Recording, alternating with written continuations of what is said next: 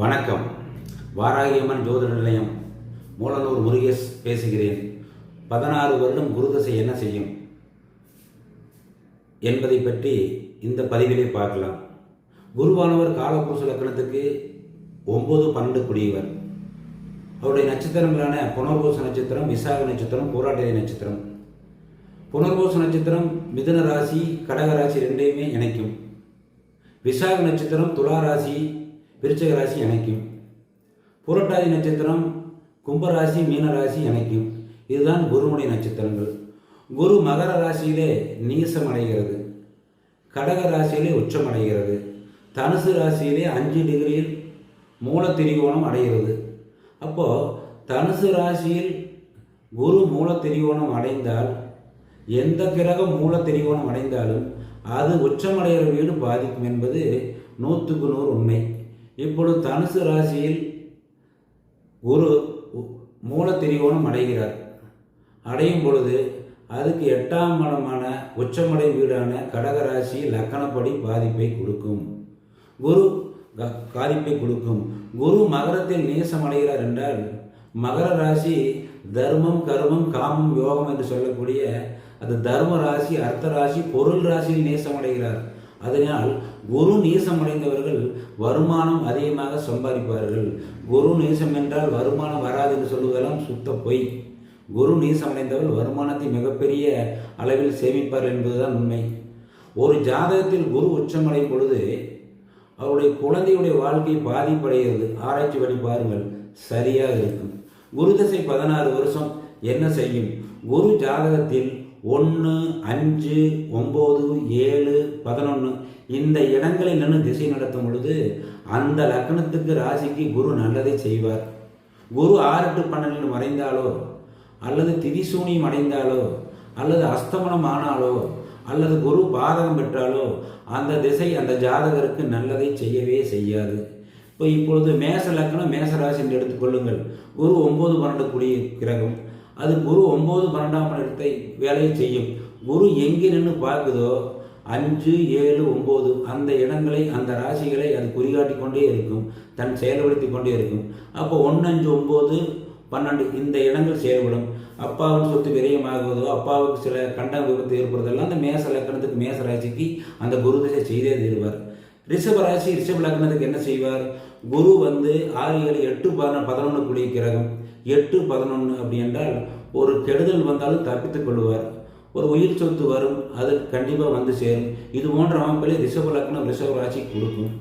அடுத்தது மிதுன ராசிக்கு குரு யாரு? பாதகாதிபதி. பாதகாதிபதி நல்லது செய்வாரா? செய்ய மாட்டார். இது பொதுவான பலன்கள் வருகிறது. ஆனால் குரு எங்கே நின்று இருக்கிறாரோ அதுதான் செய்யும். குரு மிதுன ராசி, மிதுன லக்னத்துக்கு கூட்டு தொழில் செஞ்சால் நஷ்டத்தை கொடுக்கும். பணம் முதலீடு செய்தால் காசு போய்விடும். ஷேர் மார்க்கெட் போட்டால் போய்விடும். இந்த மிதுன லக்னத்துக்கு குரு நல்லது செய்வது இல்லை. கடகராசி குரு 6, 9 கூடிய கிரகம். தந்தைக்கு நோய் வரலாம், தந்தையினுடைய பூர்வீக சொத்து அழியலாம், தந்தைக்கு மகனுக்கு கருத்து வேறு ஏற்படலாம். இது போன்ற அமைப்புகளெல்லாம் இந்த கடகராசிக்கு குரு பகவான் தந்தையை தீர்வார். அடுத்து சிம்ம ராசி 5, 8 கூடியவர் குரு பகவான் சிம்மத்துக்கு. குழந்தைகளுக்கு ஒரு வைத்தியம் பார்க்க வேண்டிய சூழ்நிலை வந்து சேரும். ஷேர் மார்க்கெட் கண்டிப்பாக பெயிலர் ஆகும்.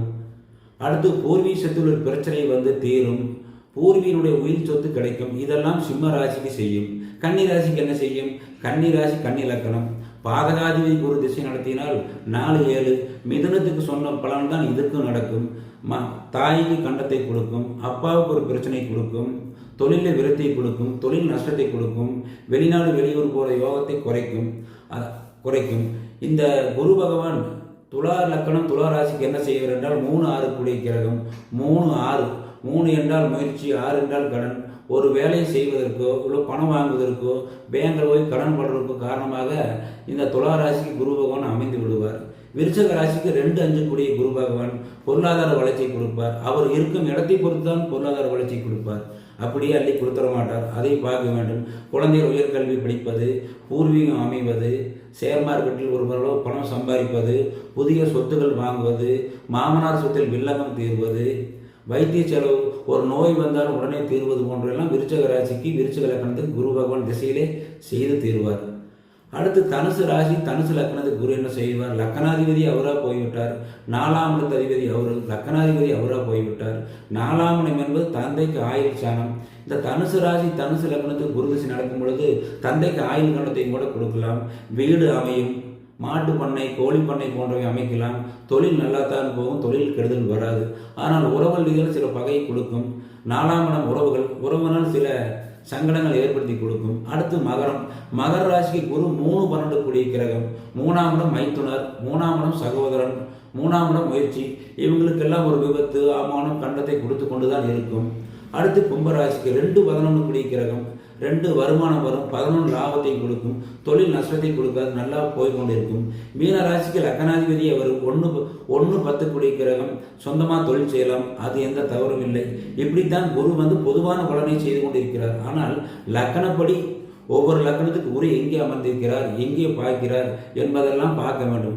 குரு கேதுவுடன் திசை நடத்தும் பொழுதோ அல்லது குரு கேது மேலே போகும்பொழுதோ கண்டிப்பாக கடனை ஏற்படுத்தி தீரும். சனி மேலே குரு போகும்போதோ அல்லது சனியோட குரு சேர்ந்து இருக்கும்போது தொழிலை வளர்ச்சியை கொடுக்கும்.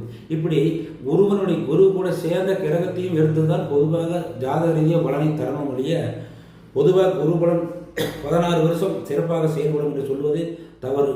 எனவே அடுத்த பதிவு சனியை பற்றி பார்ப்போம். நன்றி, வணக்கம்.